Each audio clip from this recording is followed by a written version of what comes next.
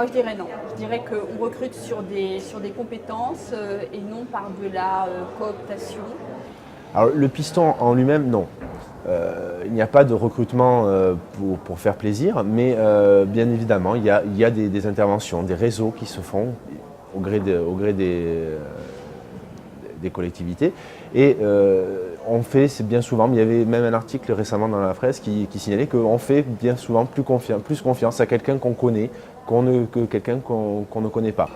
Alors, le piston, c'est un mot que je récuse en tant que tel, mais en même temps, je considère que savoir qu'un poste est à pourvoir, s'y intéresser auprès d'une personne qui est déjà en poste, ça n'est pas mal faire. C'est utiliser ce qui est à votre disposition pour vous présenter dans de meilleures conditions. Alors le piston, disons, parlons plus sereinement des recommandations. Je pense qu'à niveau de qualification égale, si on recrute quelqu'un qui est connu, que nous connaissons, par tel ou tel intermédiaire, pourquoi pas. Mais ce n'est pas non plus un critère essentiel de recrutement. On n'est pas recruté parce qu'on est pistonné, forcément.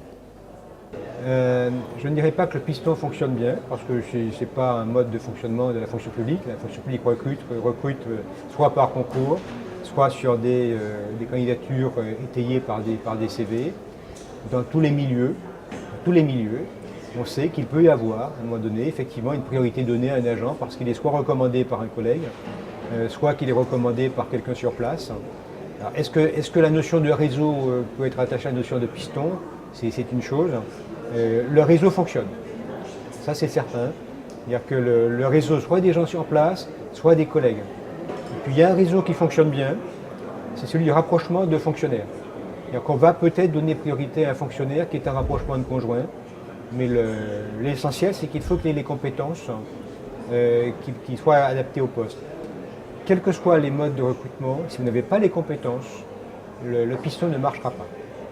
La seule différence, c'est que si vous êtes recommandé par un collègue, par quelqu'un de l'établissement, à compétence égale, à qualification égale, vous aurez peut-être plus de chances de l'emporter que celui qui n'a pas cette recommandation.